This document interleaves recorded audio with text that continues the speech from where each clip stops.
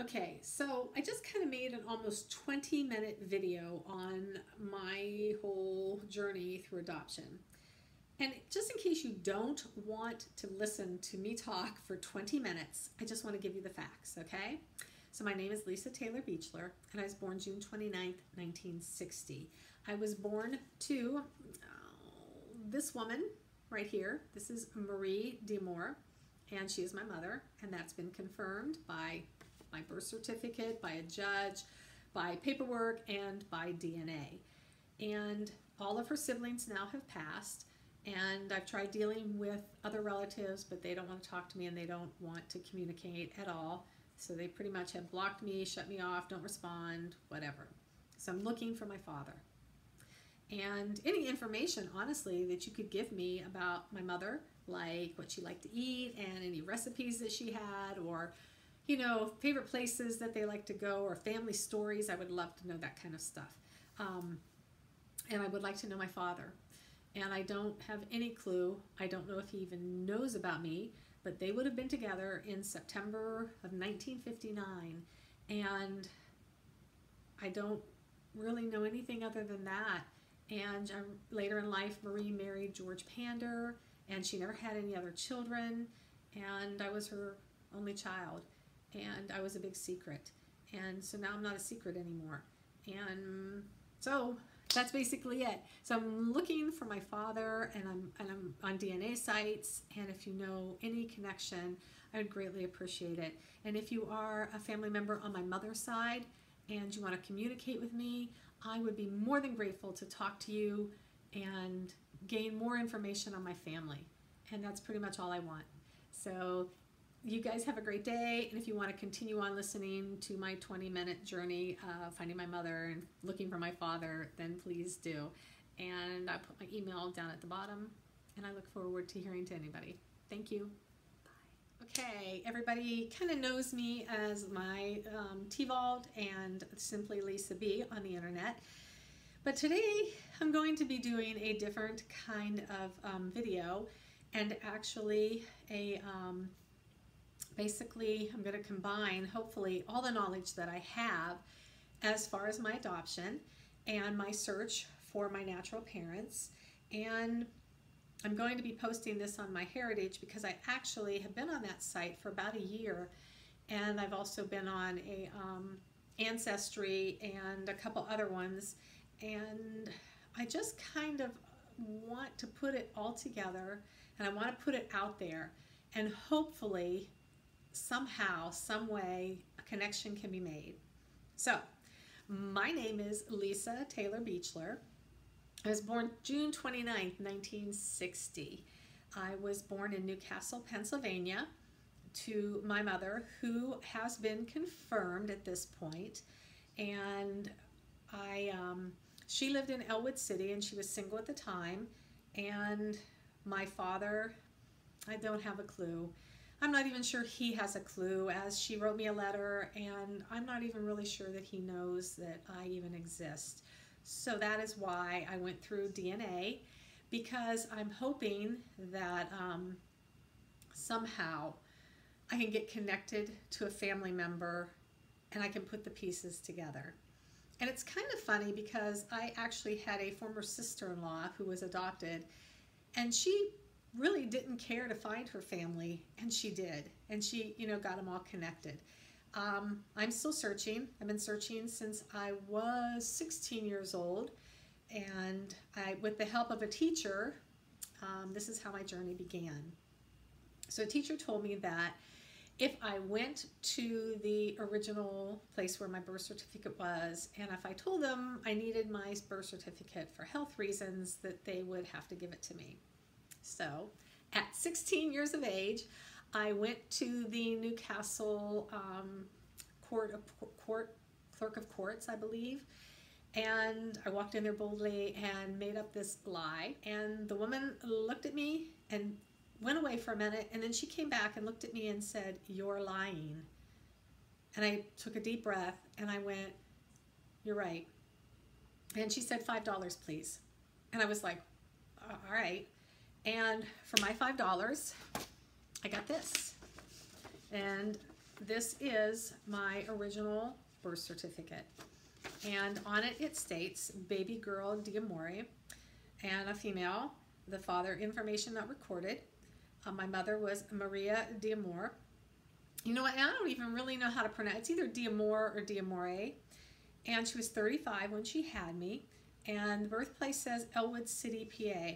But I was actually born in the Jameson Hospital in Newcastle, Pennsylvania. So I got this, and for the rest of my life I have searched. And it wasn't hard to find my mother. I kind of went back to my grandma's house who lived in Newcastle, and I got on the phone. And there weren't too many people with that last name. There were 5, and I called 2 wrong numbers. And the third one, I asked for Marie, and I got her. And I told her who I was. And she said, "You're joking." And I said, "No." I said, "I'm the baby girl you had on June 29th. And she got real quiet, and she said to me, I didn't even know what I had, you know, because they took me right away from her. And she, and later in a letter that she wrote me, she felt sad that she didn't even remember my birth date. Kind of made me sad too. But here's a picture Marie sent me. So this is my mother, and this is a friend of hers. And I forget where they're at. She belonged to a couple organizations in Elwood City, and I'll get into those once I get into the letter.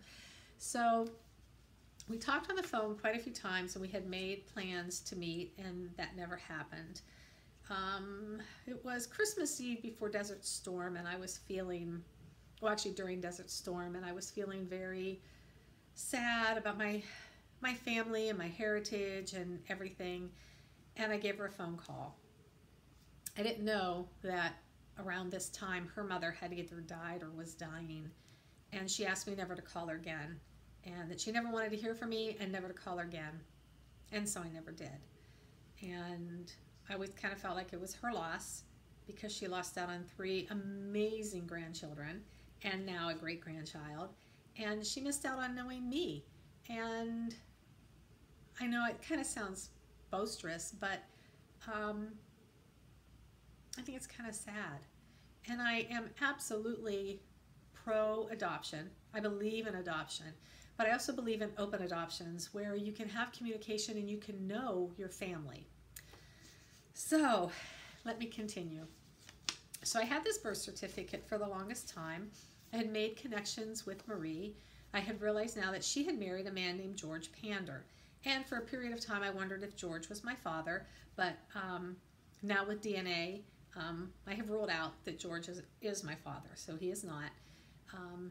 Marie met a man, had to have been around September of 1959. Rumors were that maybe she cleaned house for a man and got pregnant by him. But I don't know that to be a fact. Whatever it was, Marie said that she had told a sister and her mother. One remaining sister was alive until, I think, April of this year, and she passed away. So this secret has gone to the grave. And again, the only way I'm going to connect is through DNA or through possibly this story. And maybe this man knew, or maybe he had an idea, and maybe he told somebody, or I don't know, maybe there's a picture of Marie in some kind of a book somewhere. I don't know. Greater things have happened, and so I'm hoping for a connection somehow. So through the years, I just went on knowing that this was my mother and not knowing who my father was and always wondering about it. And when you get adopted, you get a fake birth certificate. It's really a real birth certificate, but they change the names and they put the father and mother of you as if they gave birth to you. And they put your real birth date on it. The one thing that they actually do use is, if you can see right there, is your original registry number. So, you know that, they're the same. All right, and I got copies. I got copies and copies and copies of stuff everywhere. So, and I'm not kidding you. I mean, I have a notebook and I have paperwork everywhere that I'm just trying to get organized for my children. So my mother passed away a few years ago, and she had dementia, and I tried with patience and kindness to get her to tell me what she could, because for some reason when I was adopted, she had a problem with it. And so she got rid of everything, every piece of paper, every record that would ever connect me with my birth mother. She destroyed it. The only thing that I had left, and I don't have that with me here, is a book on being chosen. Basically, it's a book on adoption, and it's a good book, but for those of us seeking, you know, being chosen isn't enough. We kind of want to know our roots. We want to know about our family. We want to know history. We want to know recipes. We want to know, you know, I don't know, you know, what do you like to eat? And maybe there's some similarities there, and maybe there aren't any, but there's a desire to know. So in that, in my searching, I did my DNA probably about 4 years ago, and connected with a young man who I'm not going to say here. I don't want to drag him into all of this, and basically because of what I'm going to tell you in here shortly, is he connected me with my entire mother's side of the family. Pretty much I knew brothers and sisters because of obituaries, and from Ancestry.com connected the dots, and recently they opened up to some sites in Sicily and Chieti, Italy, which connected me to grandparents and great-grandparents.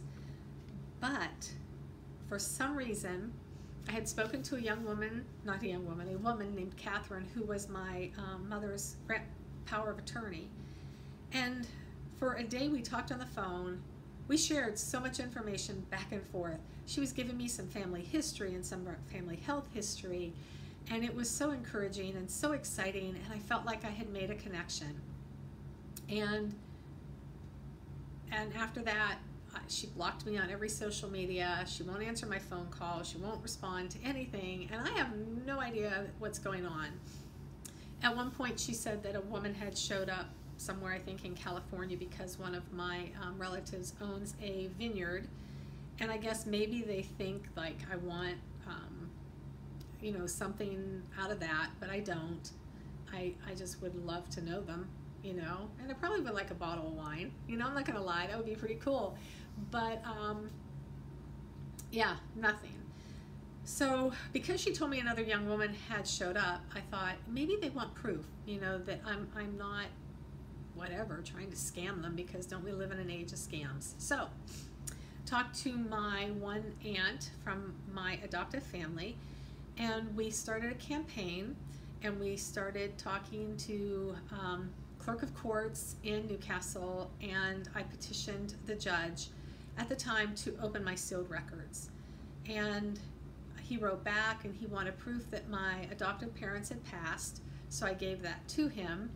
And then I had to come in, I visited the clerk, and I showed her my birth certificate, and she asked me how I got it, and I told her, and she looked at me and she said, "You should have never been able to get that." So it was legit. It is real. And DNA has proved over and over. In fact, I just now connected with a first cousin on my mother's side, and I'm waiting to hear back from them.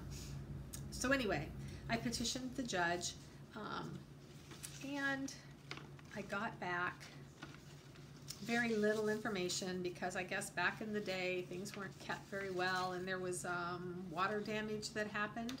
But I got 2 pages, and basically the doctor, my adoptive parents, me, Marie's name, and then the other kids that were adopted around the same time as I was. So I got this information, made copies of it. I sent it to Kathleen, and I sent it to the remaining relative in California. And of course I didn't hear anything back. And sometimes people get so, I don't want to say stuck in their smallness, because if I would have had a child and gave it up, and that child was searching for me, I can tell you that I would be so interested in that child's life. I may not want that child to be part of my everyday life, but I definitely would want, oh my God, I probably would write down my history, my family history for the child and give it to it. So I don't get the whole blocking me and locking me out and what fear is there. I don't get it. I really don't get it at all. But it is their choice. And so that's why I'm kind of not saying their names because, you know, but if you want to know, you can private message me. I might tell you. But it's kind of, it's sad. And I've actually written to them on personal like media. I've sent them letters and I haven't harassed them, but I've sent them enough information to prove that I am legitimately Marie's daughter. And of course I haven't heard back. So here we are at the internet. And my letter from my mother, the one thing that I have was written on November 11th, 1981. And she basically tells me about herself and how she doesn't drive and how she belongs to some Eastern Star, I think, organization.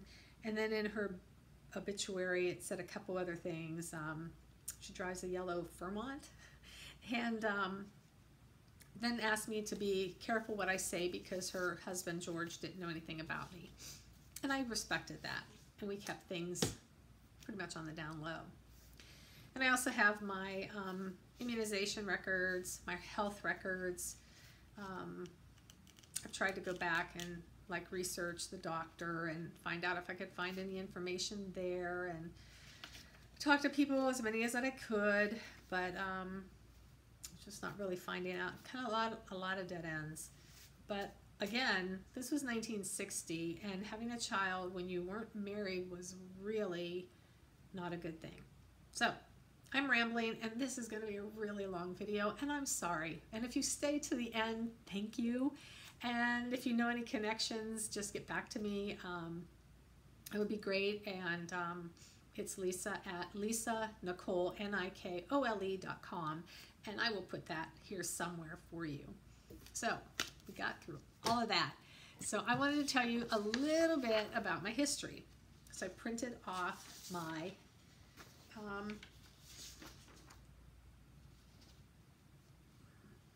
my ancestry chart.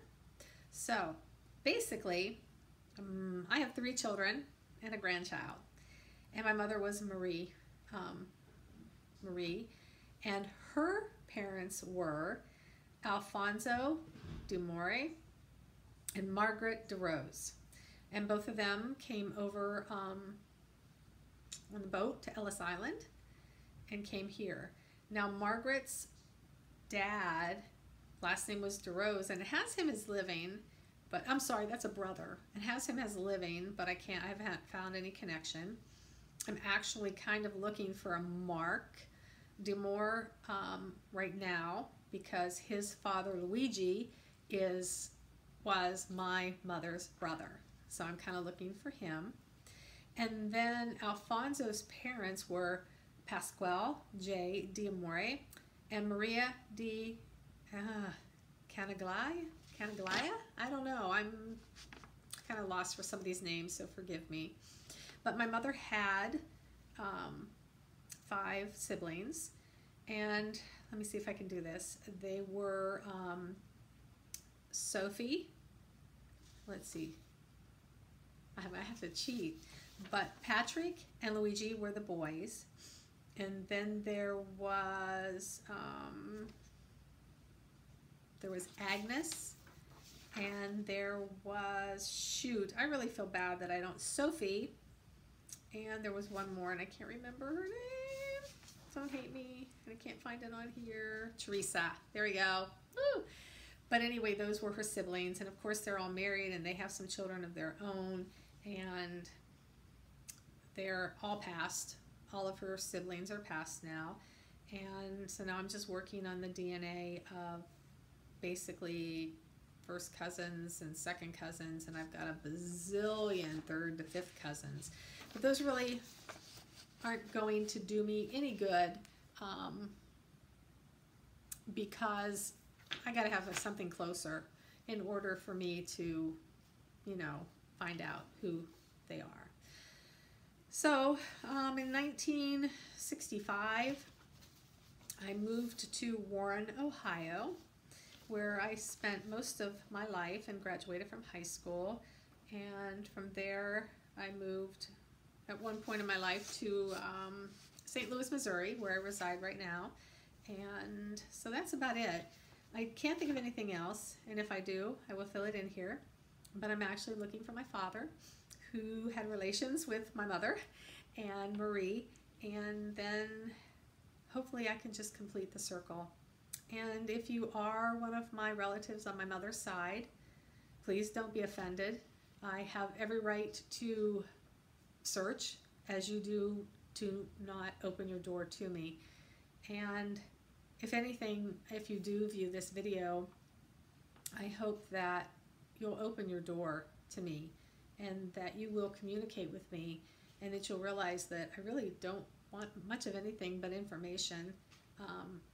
You know, it sounds silly, but family recipes, family stories, things like that, that is more important to me than anything.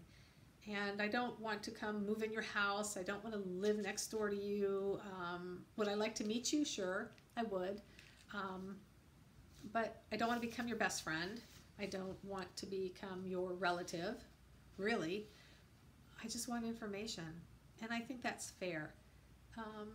So other than that, I hope you guys have a great day. I watch the rest of my videos because I'm going to have to post this on my YouTube channel, and I'll probably post it on my Facebook, and so that's about it.